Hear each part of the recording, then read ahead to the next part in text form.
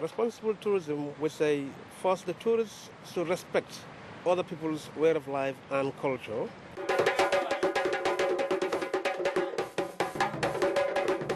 This is the Gambia Experience's concept of developing tourism in the Gambia, but living the natural beauty of the Gambia the way it is for generations yet to come to enjoy.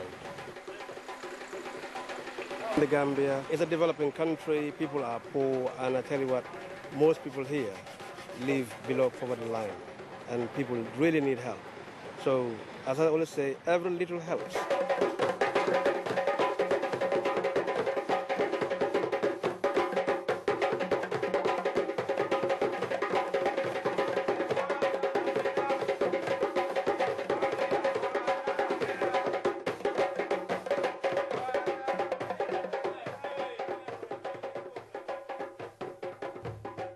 The Gambia Experience runs the School Development Fund, where clients have donated money to help the schools in the Gambia, and every year schools write to us saying they need, maybe it might be they need a well, or they need a toilet block, or they need the staff quarters renovated, and our staff in the Gambia select projects that they think we can help, and we give the money to the project, and then the Ministry of Education in the Gambia oversee that project. So a lot of people just don't have any. Yeah, this is why a lot of people will not be at school, because their parents can't afford.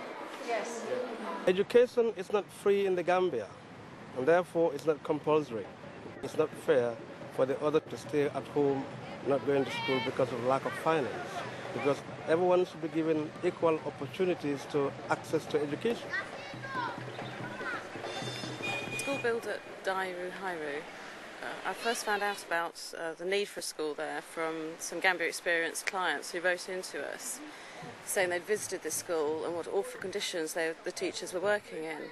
We walked into this very dark room, and there was one teacher there with about 15 students sitting on benches in amongst some rubble, with one of the walls looking as if it was going to fall down on them. The village, when they heard that the project was going to happen, they set up a committee to oversee the project and to help facilitate the school build coming together. The community have got behind the project in a wonderful way. They're all helping with building the blocks that were needed. Not everything has to be done by the donors, like from the foundation, from the block making to the foundation is done by the community. They've been really supportive and very pleased with the progress that's being made. Those days it was called a school, but it's not a school. Now they can say they have a school.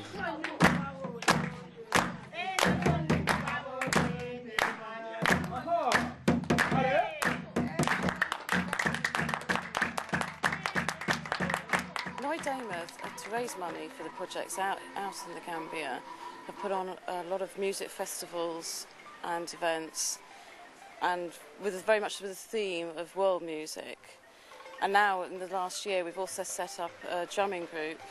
So once a week we all meet and have a workshop with Cristiano from Hands on Skin.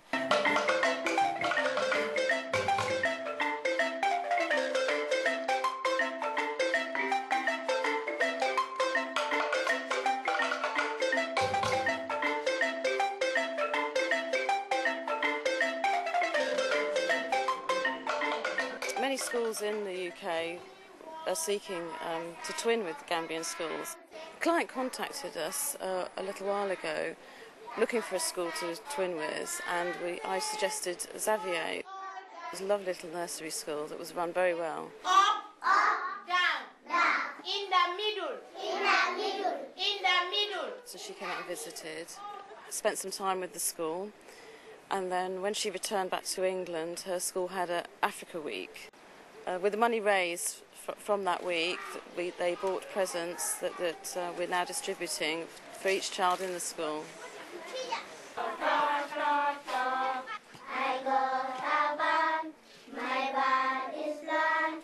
Listen to my flute, flow, flow, flow, flow, flow, flow, flow, flow, flow, flow, flow, flow, flow, flow. Many of the schools in Gambia are very large. We're visiting here so we can take photographs back and show schools in the UK. This particular school, they really would love to twin with a school in the UK.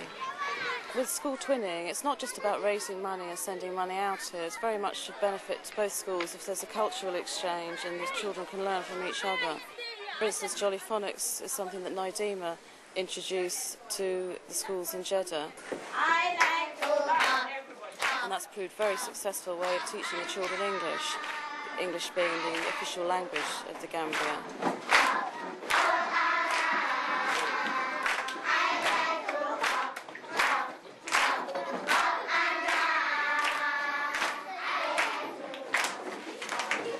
Many children in the Gambia suffer from malnutrition. That is a big problem here. So we have encouraged schools to grow vegetables for the children. This particular school at Jeddah, they've just started this vegetable garden. They've already taken some crops in of sorrel and okra. We're hoping that that will grow from there to supplement the children's diet. One of the problems with the vegetable garden is the lack of local water. There is a well here that they use, but it actually belongs to another school. And they're very upset about how much water is now being taken. That's causing a bit of a problem. So they really need a well of their own that they can use for the children to drink, to wash their hands, and obviously for the vegetable garden itself. The driving force behind Nyodema starting in the first place was our concern for how much malaria was affecting the children. Not just the mortality rate, but also the continually being ill from malaria, missing school, and how it generally wears the body out here, where people time and time again suffer from malaria infections. So our first fundraiser was to buy mosquito nets for the whole of the nursery school at Jeddah. And it was wonderful when we did raise the money and we gave out the nets to see all the children with their own nets walking home, a sea of blue netting leaving the school and passing throughout the village.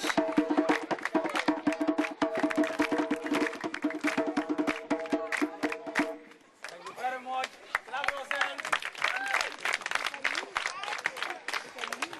We always encourage people to visit schools and to give what they can to help the schools. You know, tourists are really highly welcome to bring school materials. That really helps a lot. All the schools are very much in need of things such as chalk, pencils, exercise books. They're very limited resources here, so any little bit of help really does go a long way.